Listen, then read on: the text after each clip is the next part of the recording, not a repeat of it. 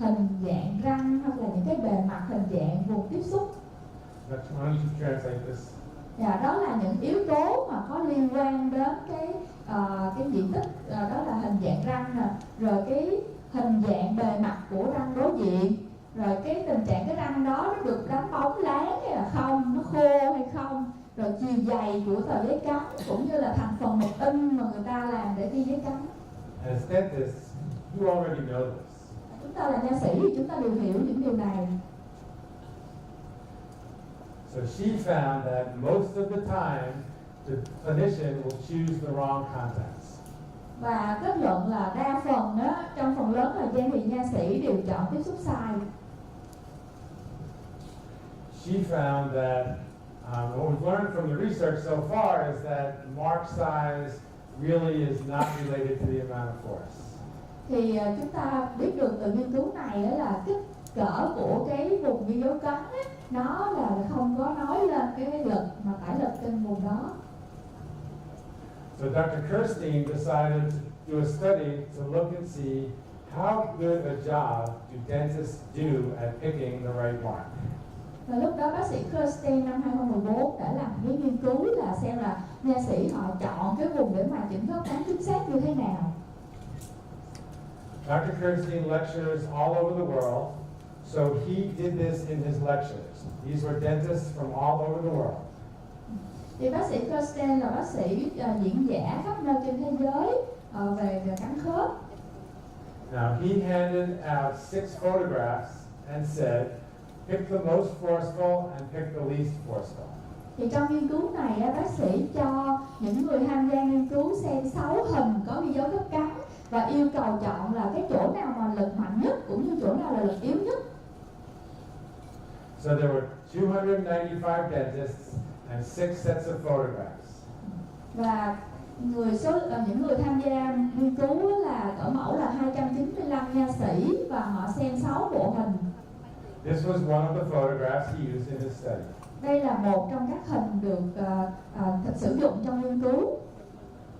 So he showed the dentist the photograph and said which is the most forceful, which is the least forceful, and then he looked at his data based on how many years in practice and how many occlusion courses did the dentist take. Thì khi mà nhìn hình này thì chọn trong số những cái điểm đánh dấu đâu là lực mạnh nhất, đâu là cái lực thấp nhất, rồi xong rồi có liên hệ với cái thời gian mà bác sĩ đã hành nghề sau khi tốt nghiệp, cũng như là cái bao nhiêu những cái kinh nghiệm về phục hình mà bác sĩ làm được.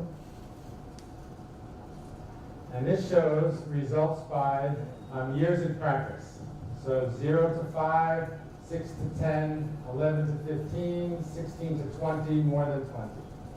Và cái kinh nghiệm làm việc được chia ra thành những cái nhóm là từ 0 tới 5 năm, từ 6 tới 10 năm, từ 11 tới 15 năm, từ 16 tới 20 và trên 20 năm hành nghề. And we see that dentists who have been practicing a long time, like me, don't do so good a job. Cho thấy là những cái bác sĩ đã hành nghề một thời gian dài, ví dụ như thầy cũng không có khả quan hơn mấy.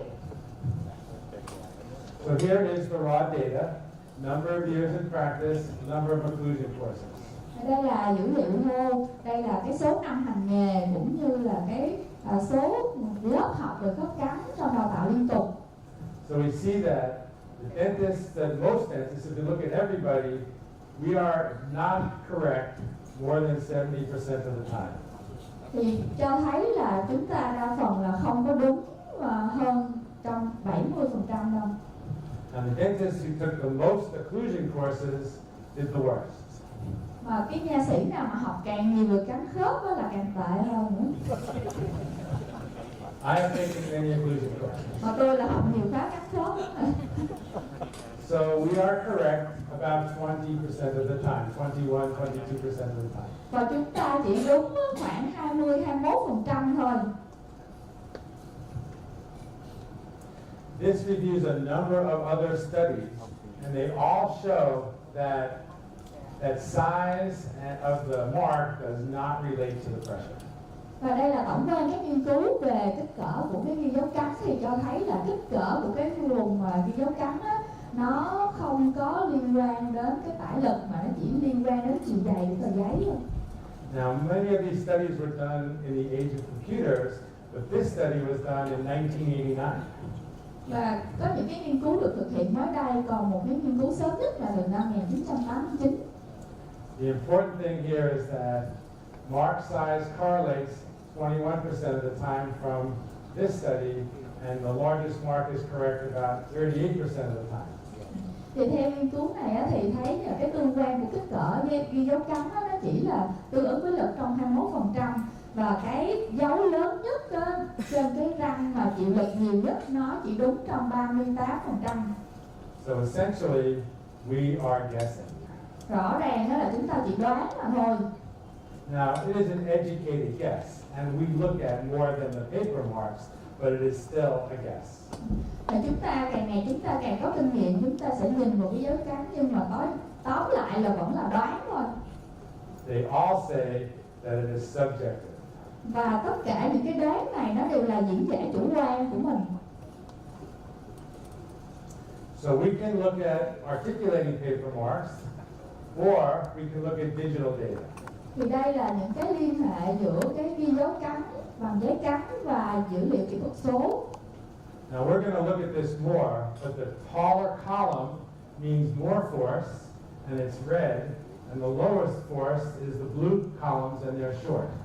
Thì chúng ta sẽ đi vào chi tiết hơn. Ở đây chỉ giới thiệu cách chúng ta đọc á, là cái cột mà càng cao lên là lực cắn càng lớn, còn cái cột mà thấp á, là cái lực cắn thấp. And this is the same data shown two different ways. Và cùng một cái dữ liệu này nhưng mà cho thấy hai cách khác nhau. This red spot correlates with this red column, and it's on the mesial buccal cusp of the 7 tooth.